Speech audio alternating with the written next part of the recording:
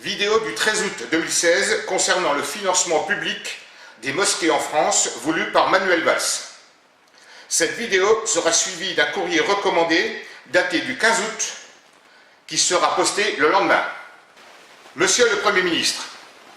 lorsque la France mitterrandienne de 1982 vous a accordé le droit de devenir français, vous a fait l'honneur de devenir français, vous vous étiez forcément engagé à en respecter son histoire plus que millénaire, sa constitution, son peuple, ses lois, ses us et coutumes, respecter le fait que le baptême de Clovis, le 25 décembre 496, en faisait la fille aînée de l'Église. Or, les médias et réseaux sociaux nous informent que vous vous apprêteriez à ordonner le financement public de mosquées sur le sol de France en désaccord avec le président de la République. Le moment est venu de vous rappeler, voire vous apprendre ce qu'est la République française sous sa 5e Constitution. Si l'article 20 de la Constitution en vigueur dit que le gouvernement détermine et conduit la politique de la nation, si l'article 21 précise que le Premier ministre dirige l'action du gouvernement, si le président de la République vous a nommé Premier ministre le 31 mars 2014, ce n'était certainement pas pour violer la loi du 9 décembre 1905 concernant la séparation des églises et de l'État, pas plus que violer l'article 1er de la Constitution du 4 octobre 1958, révisé le 23 juillet 2008, qui, je vous le rappelle, précise que la France est une république indivisible, laïque, démocratique et sociale. Avec tout au plus à peine 10% d'opinion favorable, dont on est en droit de se demander comment peut-on aujourd'hui être favorable à la politique que vous imposez à tout un peuple de façon dictatoriale, avec le désaccord du président de la République sur la décision illégale que vous vous apprêtez à prendre, de toute évidence dans le seul but électoraliste de vous maintenir au pouvoir, voire d'en chasser l'actuel locataire de l'Élysée, Renaissance de la République française ne vous reconnaît pas le droit d'agir de la sorte. Aussi, c'est avec solennité, en tant que président fondateur, que je vous mets en garde, premièrement, d'informer la nation de votre abandon du projet de financement de mosquées. Et pour reprendre les termes de la très précise et patriote lettre ouverte que le général Antoine Martinez vous a adressée le 9 août 2016 et dont il autorise sa diffusion,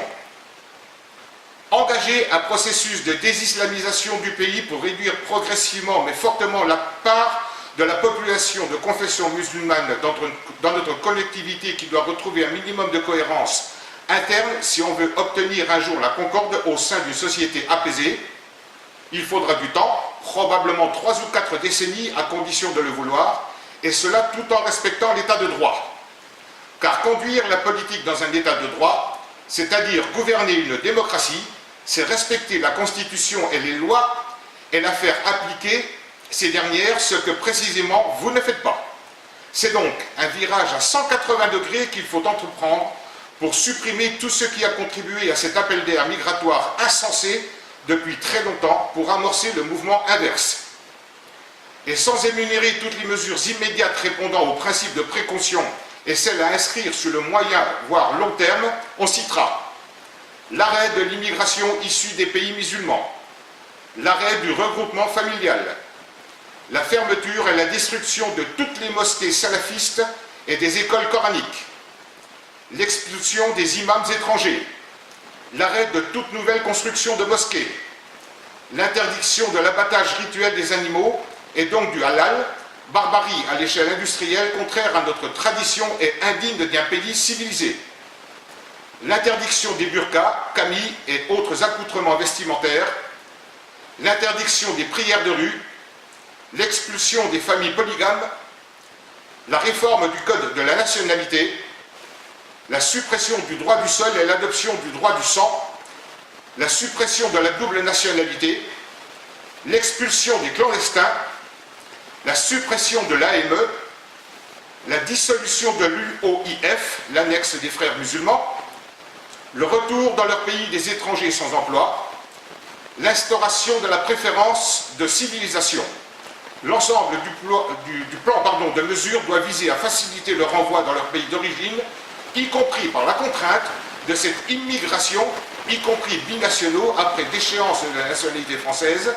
qui ne respecte pas nos règles de vie et nos traditions, et qui ne doit plus pouvoir imposer sa culture mortifère sur notre territoire. Reprise du courrier du 15 août 2016 de Renaissance de la République française. L'ensemble de l'exécutif et une majorité du Parlement sont responsables des événements tragiques qui ont endeuillé mon pays depuis votre arrivée au pouvoir en 2012. Ce n'est pas votre réflexion stupide, lourde de conséquences, preuve de renoncement, je vous cite, « Il faut s'habituer à vivre avec le terrorisme qui rassurera les Français. » Il ne fait aucun doute que d'autres drames atroces couvent, dont vous devez un jour prochain, vous et vos ministres, mais aussi le président de la République, en assumer la pleine et entière responsabilité, répondant de vos actes devant la nation. Vous rappelant que la violation de la loi par le gouvernement confère au peuple le droit sacré et l'indispensable devoir de réagir en conséquence, Renaissance de la République française, refusant de se soumettre à votre dictat, fait le serment qu'un jour, vous serez assis dans le box des accusés d'un tribunal du peuple au motif de trahison. En 1940, personne n'aurait misé un sou sur la création du tribunal de Nuremberg, ni sur le procès de Pétain.